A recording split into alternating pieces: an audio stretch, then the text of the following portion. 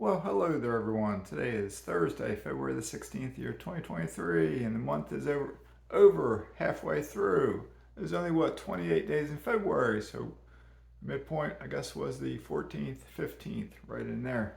Yes, sir. Yes, ma'am. Yep, that's it. Hopefully, you're doing outstanding today on this Thirsty Thursday. Get a cup of green tea. Green tea is super healthy for you. And eat it with the green fruit like kiwi. Kiwi is great for you too. Anyway, I am Mazske Finance coming to you for this day, probably this month, maybe next month, from South Florida. Yes, ma'am. Yes, sir. Yep, that's Mazske. And I'm not a financial advisor. I'm not a CPA. I'm not an attorney. Nothing like that. But I want to talk to you a little bit today about making those tough decisions, making the hard decisions. Do you want to be a successful investor? Are you progressing on your investing journey? Do you have one rental house? Do you have zero rental houses? Do you have 5? Do you have 10? Do you have 15? Where are you at on your journey? What do I mean by making the hard decisions? There are some people out there, and I know someone very well who is dealing with this right now. They have, shall we say, 7 rentals. They want to get to 10 this year. Okay?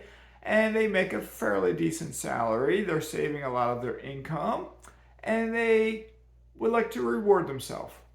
And what they like to get would be perhaps a Tesla, a higher dollar car. They drive an older car currently. I can understand that sentiment. I can understand that thought process, that mentality. You've been working hard, you've been sacrificing, you want to reward yourself. But should you? If you have even 10 rentals, are you financially independent? Does this person want to be financially independent? Depends on where the rentals are and what the cash flow is and that sort of thing. Would depend on if 10 is enough to be financially independent. From what I know about this person, 10, and I know what kind of cash flow they're getting, will not be enough to make them financially independent. They say this won't change their plans.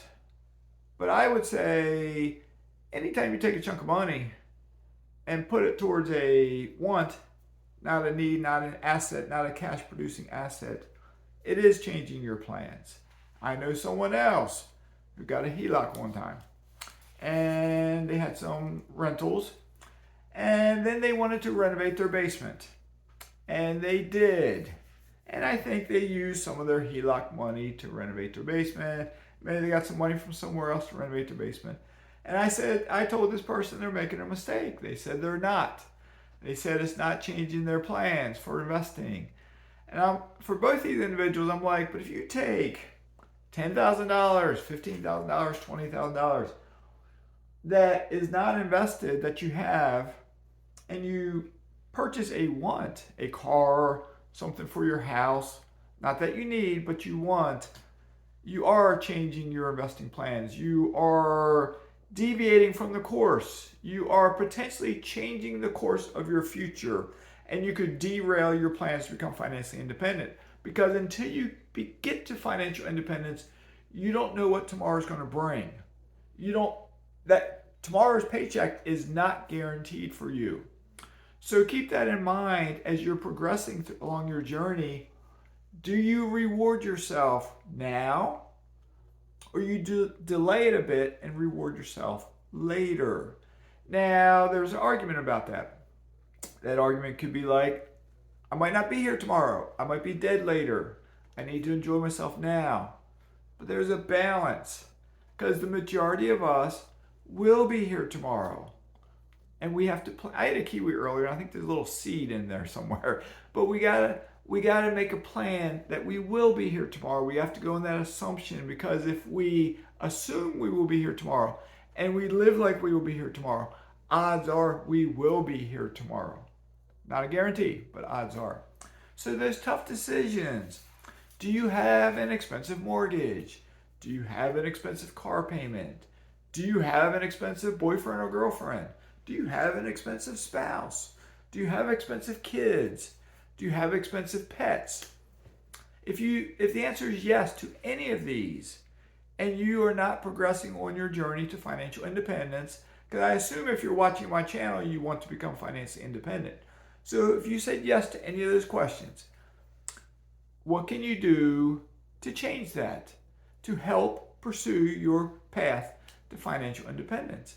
And why do I stress financial independence? Because financial independence will give you options in life. If you want to be, I won't pronounce it right, philanthropic or whatever, you want to donate a lot of money by being financially independent, perhaps you have the money to donate.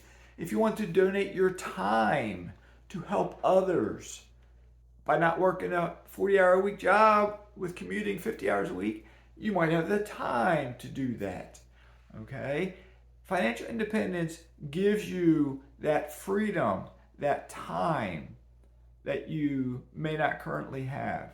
Okay? It's not about becoming filthy rich and counting your money up and having gold-plated faucets in your house and that sort of thing. It's not about that. It's not about being greedy and just stockpile as much money as you can. It's about giving yourself options. Because what if you're progressing towards financial independence and something bad happens? Something, I don't know what. And you desperately need a big chunk of money. Maybe it's medical bills. Well, if you got 10 rentals, could you sell a couple to take care of that? Because you got to take care of today, sometimes at the sacrifice of tomorrow. Okay, sometimes you got to do that. That's something we have to do at times. Sometimes life throws us curveballs. Okay, other times you just got to make those tough decisions because you might be a cop. You might get shot tomorrow and lose your paycheck and get on disability, which is less than your paycheck. Is your department going to take care of you? No. They'll have something for you in a ceremony, but they'll forget about you. You know, over time, they'll forget about you. So, but your paycheck is now decreased. So you gotta sacrifice today. Make the hard decisions today. That decision might be sell the expensive car, buy a beater, as we call it. What's the point of a car? To get you from point A to point B in a safe manner. It might be selling your dream house that you're living in because it's just too expensive and move somewhere cheaper. I like this house I'm living in. I love my pool. I love my dock. I love my tiki hut. There's things I don't like about it, but I love a lot of it. I'm going to put this house on the market very soon. Why? Because it is derailing my plans to achieve my goal of financial independence. You know, it just is. It's too expensive for me. I understand that. I'm eating my own food that I dish out to you guys. I'm selling my castle. Okay? It's not just because, oh, I don't want to live here anymore. Oh, it's part of that. But I need to do this. Okay? I'm going to do this. I am moving outside the United States of America because I'm making a tough decision to cut my cost of living to give me options in the future. That's what I'm doing. If I can derail my life in this country to do that, can't you make a smaller sacrifice in some manner? Okay? Now, I think I've told you my plan, so if you stick it with me, here's my plan of what I'm going to do. I am going to move to a foreign country, cut my cost of living, perhaps cut it in half, and by cutting it in half, improve my quality of life, okay, in some fashion. So other ways things will change. But I'll be able to save more money each month. I'm going to rent. I have no immediate plans to buy a house in the future to live in. I may one day in the future, but I'm not planning on it. Why? I've learned houses that you buy to live in suck the money out of your pocket. Every single home I've owned, from the very first one I bought when I was 23-ish years old, to the one I bought when I was 30-ish years old, to the one I bought 2 years ago. Every single home that I owned sucks the money out of my pocket. Same with my rentals. They suck the money out of my pocket. But my rentals now, they pay me back. My personal home doesn't pay me back. So I'm selling it to pay myself back. Okay? And I plan to rent. If something goes wrong in my house, I don't have to fix it. I call my landlord, correct? And what I may do, I think I might have told you this, what I plan to do, if I'm healthy and I can do it, is after approximately 2 years living in Panama, I may decide I love it there and stay there permanently. But what I may start doing is branching out. Move to the US in an Airbnb. Airbnb, if you stay more than a month, many times can give you a substantial discount. Airbnbs are furnished. Housing in Panama when you rent it is furnished. I don't need to pack up my furniture to move, just my suitcases, right? Maybe a box or two with it. But I may stay in Panama a couple years. I may go back to Maryland, where I grew up at, where my dad's still alive and some family are. I may rent an Airbnb in the summertime for 3 or 4 months. I can visit family. I can go to cookouts, picnics, go to Oriole baseball games. In the summertime, not the wintertime, the summertime. If my boys are both still in the Coast Guard and they're California, Hawaii, Miami, Seattle, Boston, I will try to spend time with them. I will get an Airbnb, 2 months, 3 months, 4 months, whatever. I've always wanted to go to Arizona, Wyoming, Montana, Oklahoma, some other places. I'll get an Airbnb, maybe 2 weeks here, maybe 6 weeks there, 8 weeks here. Why an Airbnb? Because I can cook in there. I don't have to eat out in restaurants all the time. All right. That's my plan for a while. I'm going to become a nomad. I'm going to move around a bit. Why am I going to do that? Number one, how can I do that? Because I will be financially independent. I might not be 200 rental units like some people. I might not be buying more rentals constantly like others. But I will keep investing to keep increasing my quality of living and to build up my wealth to pass on to my heirs in the future. But I'm not all about greed. I'm not all about just getting as rich as I can. I'm about enjoying life. All right. I'm with enjoying life. I want to help you, all of you, to have a better quality of life. All right. It's easier than you think, no matter who you are. You could be the 2 young ladies I spoke with yesterday in the doctor's office. One's only 21 years old. You could be the young pharmacist I spoke with yesterday in the pharmacy. I don't know how old you are, but you're young, younger than I am. All I want to do is help all 3 of you and all of you who watch my channel.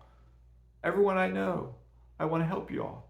Because if everyone can become wealthier, we improve society.